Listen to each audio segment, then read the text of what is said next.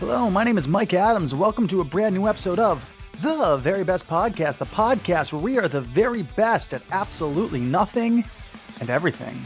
So this week I've been writing a lot of sports articles. I've been working on vetsandbeer.com, which is the website that we own, and we post sports articles there. You can also find the podcast there. You can also find the link to all of our social medias there, vetsandbeer.com. That's vetsandbeer.com.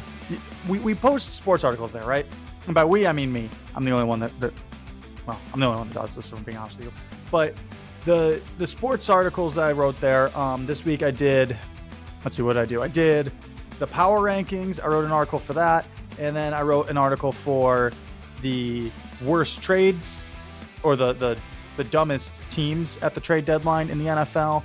And then I also wrote another article about the Seattle Mariners. I believe it was Wednesday that the Texas Rangers won the World Series. And you got to be happy for the Rangers. I mean, this is a team that in 2021 lost 102 games, and everyone's talking about that. They're forgetting about the fact that last year they lost 94 games. I mean, it's not like they were much better last year. It's not like this was a steady improvement. No, this was night and day from last year to this year. Complete turnaround. I mean, they won 90 games this year.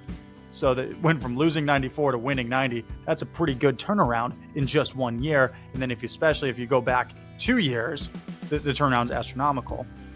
I was thinking about that, and then I was thinking about something Jerry Dipoto said in his press conference with the Mariners after the season was over. The one thing I'll say, and this is more of a riff, we started this project, at the end of the 2018 season. We started to rebuild our roster.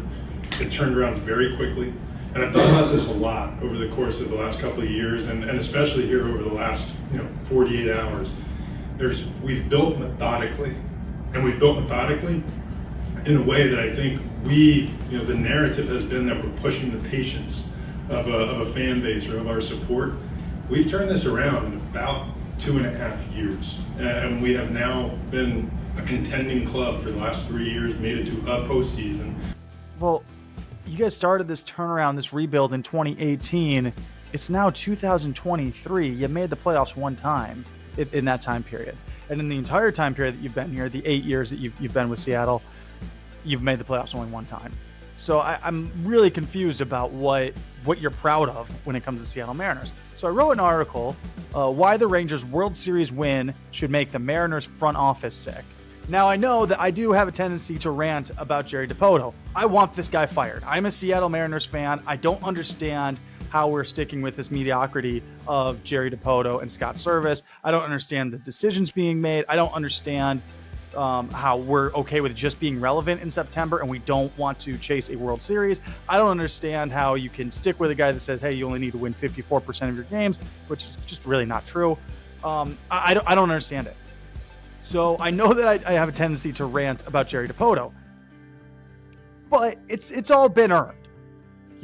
Remember, this is a guy who straight-faced said to the media less than a month ago, we're actually doing the fan base a favor in asking for their patience to win the World Series. And less than a month later, the Texas Rangers go and win the World Series, a team that lost 102 games in 2021. Okay, so what does that have to do with the Seattle Mariners? Why exactly should the Rangers World Series victory be so disheartening for Seattle Mariners fans? Because the Mariners have gone through countless rebuilds since 2001. And in all of that time, they only have one playoff appearance to show for it. Made the playoffs last year, breaking a 20-something year drought. They won in the first round, in the wild card round. They beat the Blue Jays, and then got swept by the Astros in the divisional series. Meanwhile, the Rangers, it took them less than 2 years to rebuild themselves and become World Series champions. Okay, so what did the Rangers do? What did they do that the Mariners didn't do? Okay, let's talk money. Let's talk spending. So the Rangers, they spent a ton of money to upgrade their team. They spent the fourth most money in baseball last year. Now, just because you spend the most money doesn't mean you're going to get the best results, right? The Mets proved that. The Mets spent the most in baseball by far. They had a terrible season. The Rangers spent the fourth most. They were smart about who they were investing in and what players they were bringing in. And it worked out for them. Jerry Dipoto justified the Mariners' lack of spending, saying that he and Scott Service actually do have the authority to spend money to bring in more expensive players, but that's not their philosophy in Seattle. They want to grow homegrown talent instead. And we'll do the best that we can in trying to achieve the best outcomes. And if that means it's big name players in either way, be it free agency or trade, we'll do that. If it means we get better in other incremental ways, we'll try to do that too. In a perfect world, we'd be able to do both. And yes, we do have the freedoms to do that. In 2023, the Mariners spent $30 million less than the league average. So I'm not even saying that put them outside of the top 10, puts them outside of the top 11, 12, 13, 14. No, it puts them outside of the top 15. They spent $30 million less. They're actually ranked 17. $30 million less than the league average and $120 million less than the Texas Rangers. That's according to SpotRack. So in other words, the Mariners are about 60% less willing to buy their way to a World Series than the Rangers. All right, let's talk. What else did the Rangers do better than the Mariners? Trades. By the time that the trade deadline expired in 2023, the Mariners made relatively uninspired moves. Let's see. They traded Paul Sewald for Josh Rojas, Dominic Canzone, and Ryan Bliss. They also traded for Trent Thornton and Zach McKeon. I don't even remember McKeon playing. I don't know if he got playtime. None of those moves really paid off. Yes, Rojas did show some promise.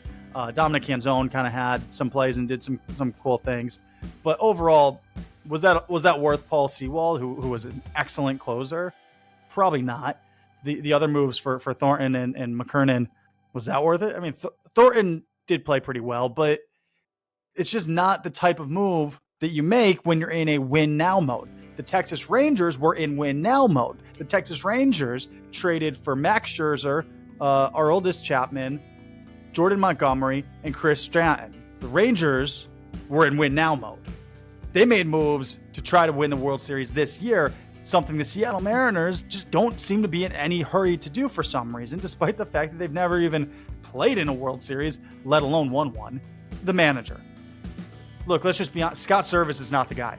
He's not. He's got a career record of winning percentage of .516. He's batting .516.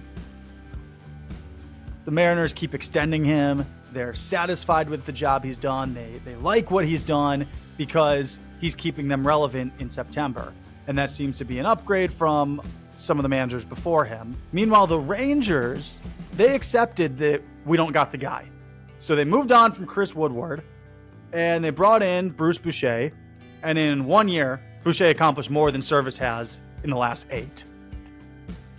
Now, don't get me wrong. I want to see the Seattle Mariners win a World Series. I really, really do.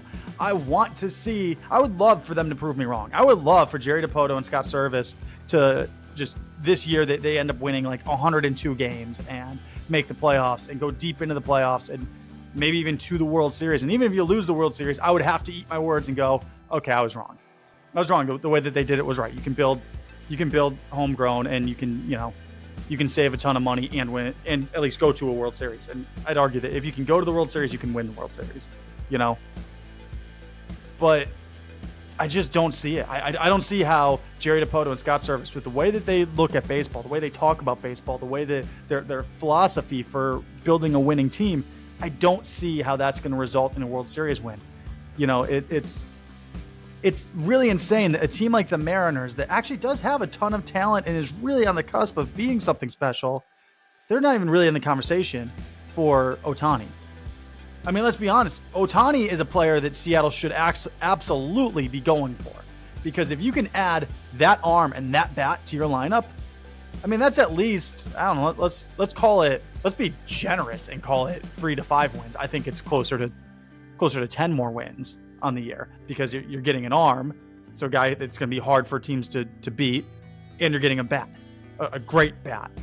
Spend some damn money, get a championship to Seattle, please. We are begging you guys, but I just don't think they're going to listen. I think that Jerry Dipoto thinks that the system he has in place right now is a success. He looks at 2023 as a success. He thinks that, well, we got 89 wins again, or 88 wins, however many it was. Well, we were right there, and the same amount of wins got us into the playoffs last year. But Jerry, most years that doesn't get you into the playoffs. 88 is not enough. It's really not. You need 90s. It needs to be 92 or more. If you have 92 wins a year for 10 years, I'm going to guess you make the playoffs 9 out of 10, if not 10 out of 10. Seattle Mariners really do need to move on from Scott Service and Jerry Dipoto. I have another video where I talked about that, and I will place it somewhere around here for you to click on. All right, let's talk NFL. I love talking NFL. We're going to do 2 words, 1 pick. So the Dolphins at the Chiefs. I pick the Chiefs. 2 words, supreme bullshit. The game is at 6:30 a.m. West Coast time. What a load of shit.